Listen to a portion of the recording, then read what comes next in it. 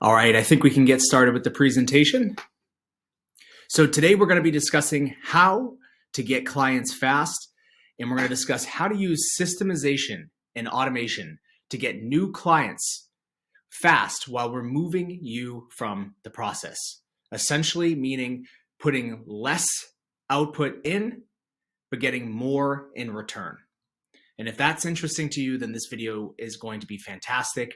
And this is specifically made for, and this is just a reminder, this is specifically made for recruitment leaders or executives whose teams or individually are making less than $20,000 to $30,000 a month. So if you want your business to grow, you have to find a way to remove yourself from the process, at least the day-to-day ops to some extent. If you're spending all day long working in the business while you aren't spending time working on the business, then you're going to hit a law of diminishing returns. And you can only grow so much without having other people doing a majority of the legwork while you focus on the high-level stuff, which we're going to be discussing today, and putting the systems and automations in place. That is where you should be spending a majority of your time. So we have to find a way to create these systems, these processes, and automation tools so we can grow your enterprise. That is what today's training is about.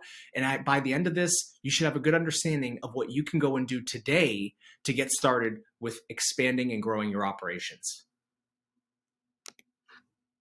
So step one of the process is to define your hyper niche. Now, you probably right now are considering or already have built a niche for yourself. Maybe you're a hospitality recruiter. Maybe you're a healthcare recruiter. Maybe you recruit IT professionals. Maybe you're a technical recruiter. But I challenge you to reframe how you're thinking about things right now. I want you to stop and define even deeper what you are. What type of recruiter are you?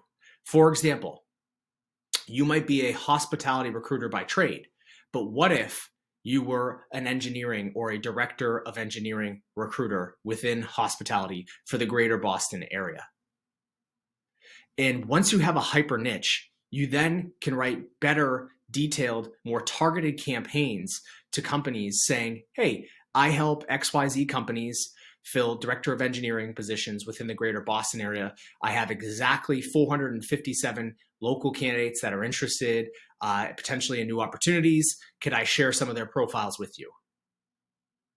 So you have to have a hyper niche so you're able to send these types of messages because they're far more powerful than some of the generic ones that we send day to day.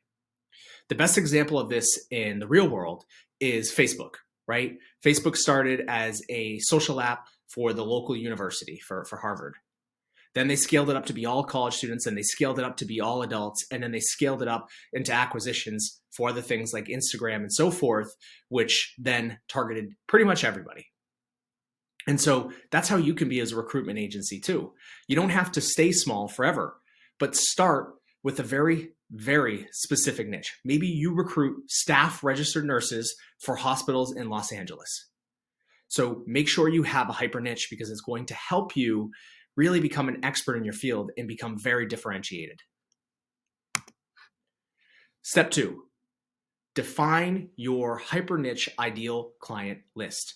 Now, you probably got here through one of our advertisements. In one of the ads that we were running, perhaps you saw this, where we talk about this idea of the Chet Holmes Dream 100 list, right?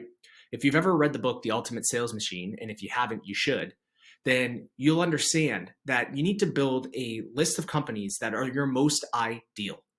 And the reason we do this is that way we have a specific target map that we can go after and say, hey, these are the companies we're going to reach out today.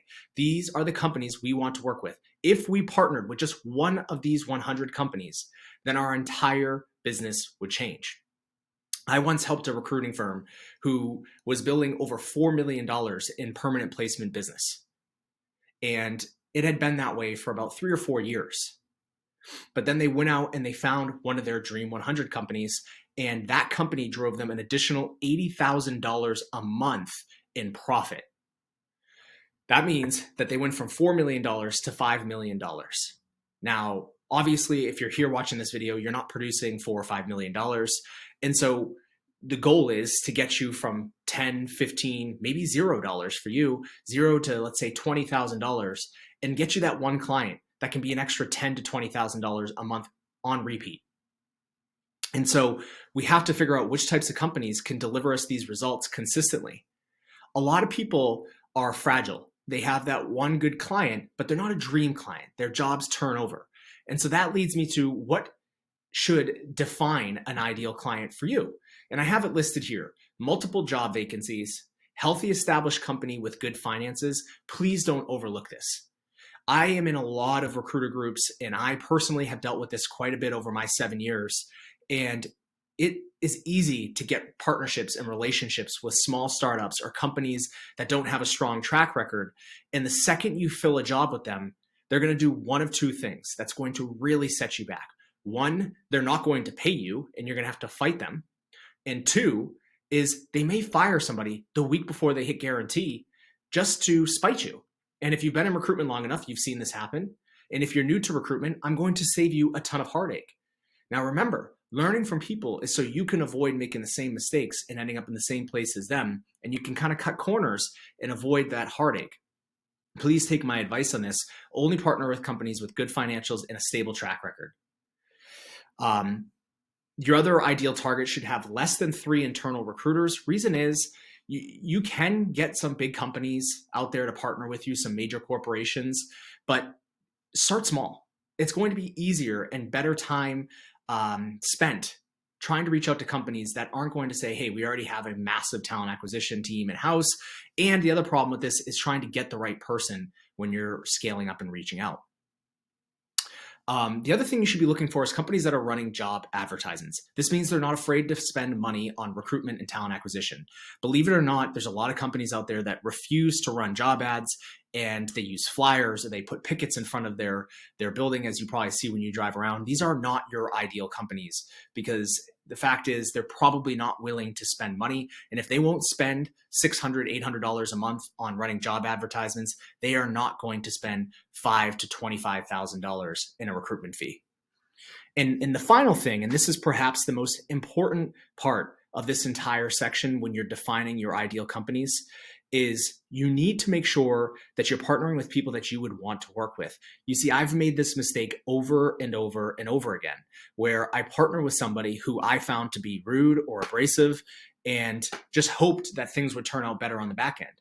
But without fail, every single time, the relationship only got worse, and we didn't make any successful placements with them. We clashed, and sure enough, eventually the client goes to you, or you goes to the client because he can't tolerate it anymore.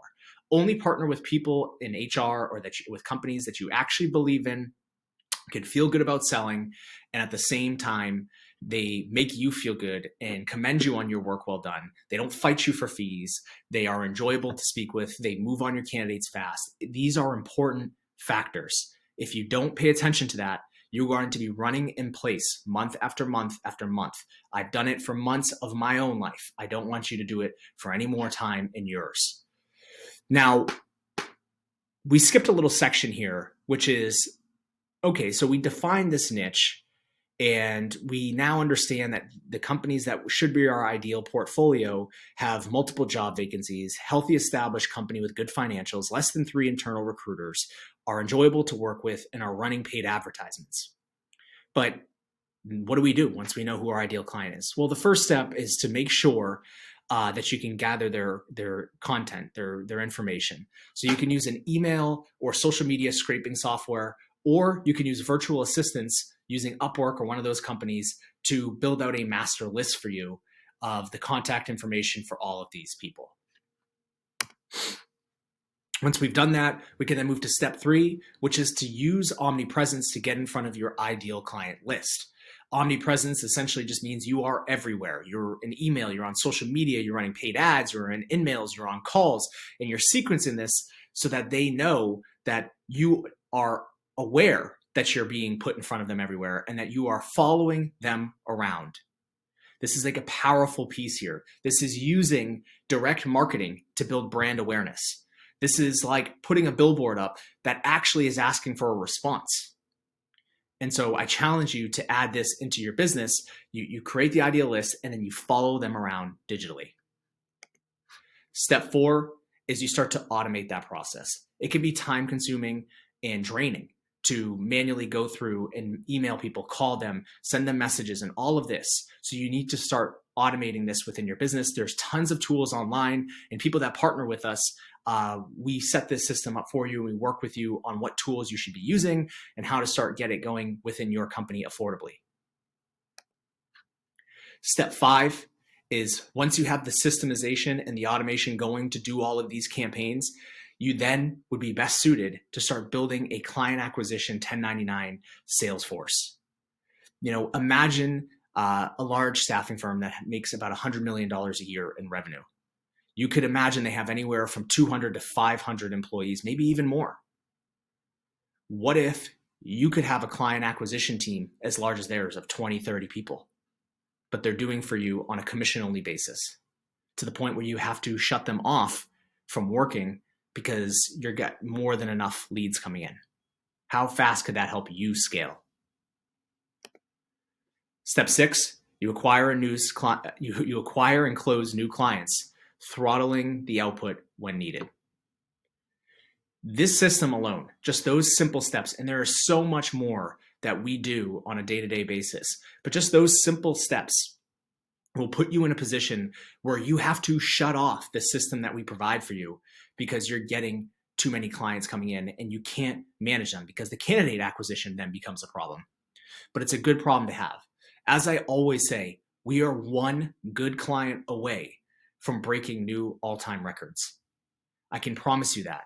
My personal production as an individual went from $40,000 a month, $30,000 to $40,000 a month, to over $80,000 a month, simply by getting 2 new good clients that have worked with us for over a year and will continue to work with us. So I need you to, on your end, do the same thing so you can have the same type of experience. Maybe you go from $10,000 a month consistently to $30,000 a month consistently. And if you can get to $30,000 a month consistently, then you can get to $50,000 a month consistently. This is huge.